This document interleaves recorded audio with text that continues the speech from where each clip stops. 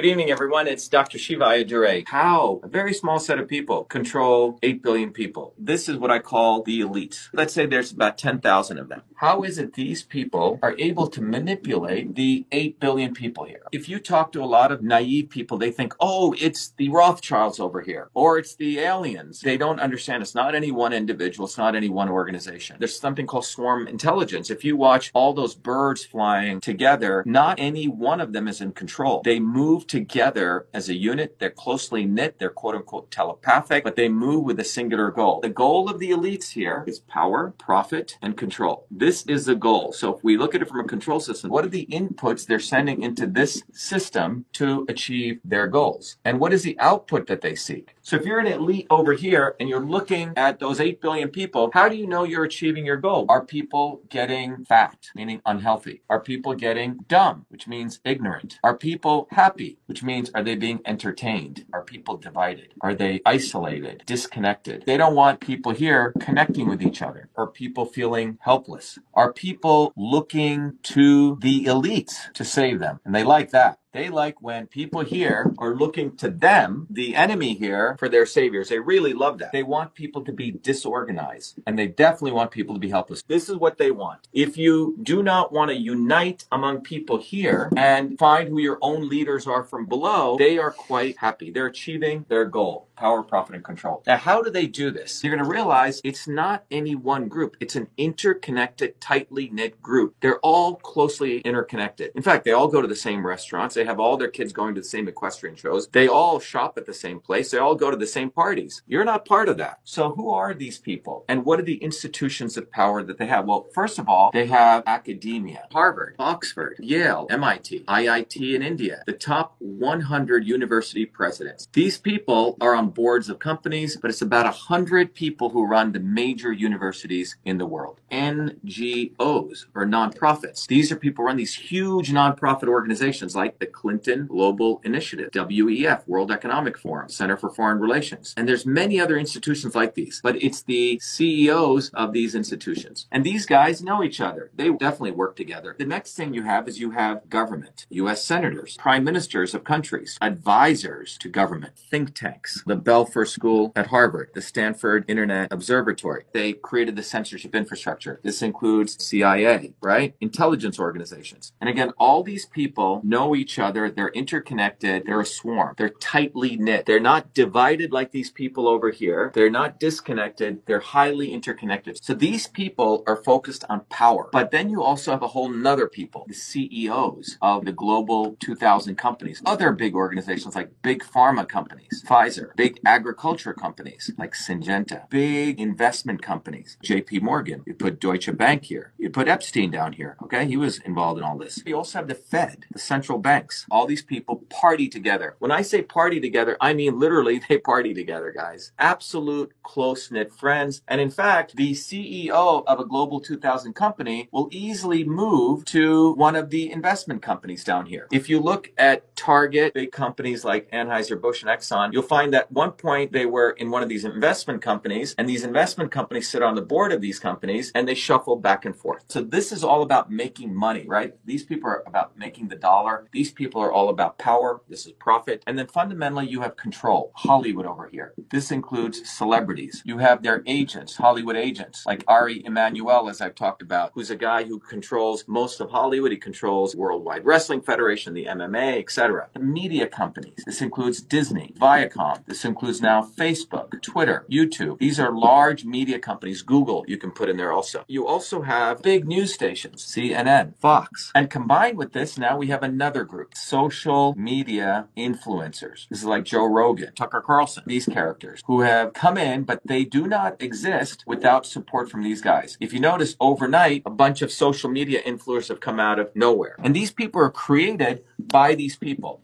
So when you look at this, the academics, the NGOs, the government, the think tanks, the investment companies, the Fed, the big pharma, the CEOs, the Hollywood celebrities, media, social media influencers, and the news companies, and you can even take the top 10 of each one of these, they all know each other, everyone. And in order to manipulate these people, they need front men to manipulate these people with policies. Because what comes out are policies. These are the inputs they put into the system, propaganda. They feed these people purposely, people who they tell them are going to save them, like the Elon Musks or Trump or the Kennedys. Now, who are the people part of the swarm that does that?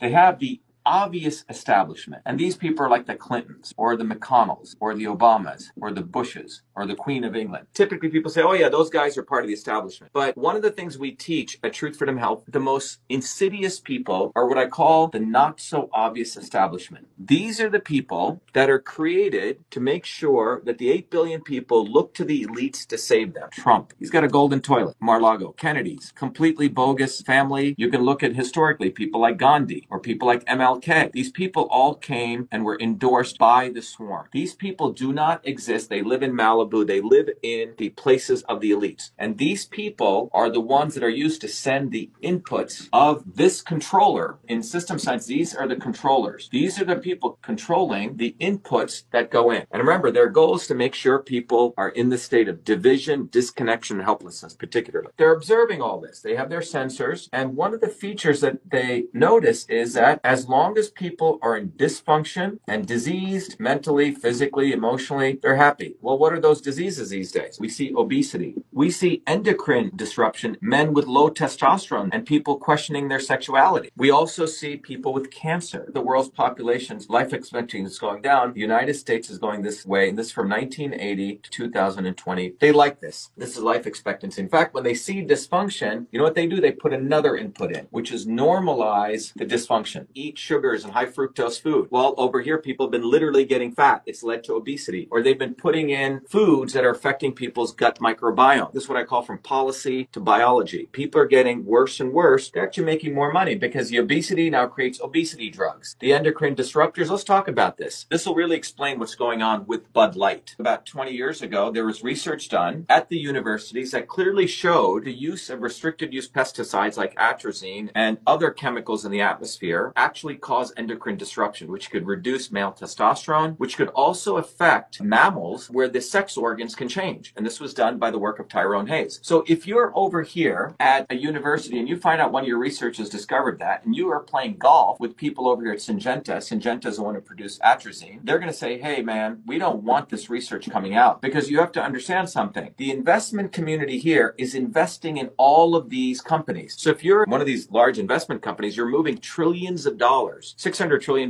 by the way, move through the economy every day. You as one of the elites managers of money, you're moving all this money. You know all of these people. You know the CEO of Target. You know the CEO of Anheuser-Busch. You know the CEO of Pfizer and Syngenta. And imagine that you see, wow, the stuff that we've been creating is causing sexual disruption changes. You're seeing a phenomenon where more and more people are questioning their sexuality. And what you want to do is you want to make sure that the general public doesn't understand this, because if they did, they would awaken to something that's going on from the decisions you made. So you call up your friend, Bud Light, he goes, hey, look, let's run a campaign. Let's normalize trans. Let's exploit a willing person to be exploited like this Dylan Mulvaney. Let's put them on as a poster boy for Bud Light, and let's push them out there because we want the attention to normalize a dysfunction, because the goal is to make sure they don't lose their trillions over in Syngenta. They're willing to take $1 billion hit over here, but they want to save their trillions in big pharma and big ag, because they're all part of the same family. They all do favors for each other. And then again, you would go do it at Target. You try to normalize it because you don't want people over here to understand the bigger picture. But you are interconnected. You could strike deals left and right. Let's do a marketing campaign in here. Let's normalize. Same thing if you can look at what's going on in obesity. All these pharma companies are making big money from obesity drugs, but there's movies on Netflix and Amazon promoting fat people as a norm. What's happening over here, you have people who are pro-fat and people who are anti-fat people. You have people who are pro-woke and anti-woke. And they don't care. So you have a bunch of these idiots writing books against woke companies and anti-woke companies. You have people creating apps, only shop at anti-woke companies, don't go to woke companies. But you guys understand that these guys don't give a damn? They're making money anyway. The investment bankers are going to make money from woke companies and anti-woke companies. But what's occurring here is people are being divided. These guys are happy because they're inputting policies and propaganda. People here are being divided, and that is the goal, to achieve power, profit, control. So as long as these people work together as a swarm to control the policies and the propaganda, and they provide false false heroes, and they're using the Trumps, the Kennedys, and Gandhis, all of them who talk a big game. Their goal is to make sure that you never understand this, that you keep thinking, oh, Kennedy's going to solve the problem. Trump is going to solve the problem. They don't want you to be leaders in your own communities. They want you to outsource your future to people like Trump or Kennedy because they're part of the swarm. And you keep getting more unhealthy, more ignorant, more entertained. But most importantly, you are divided.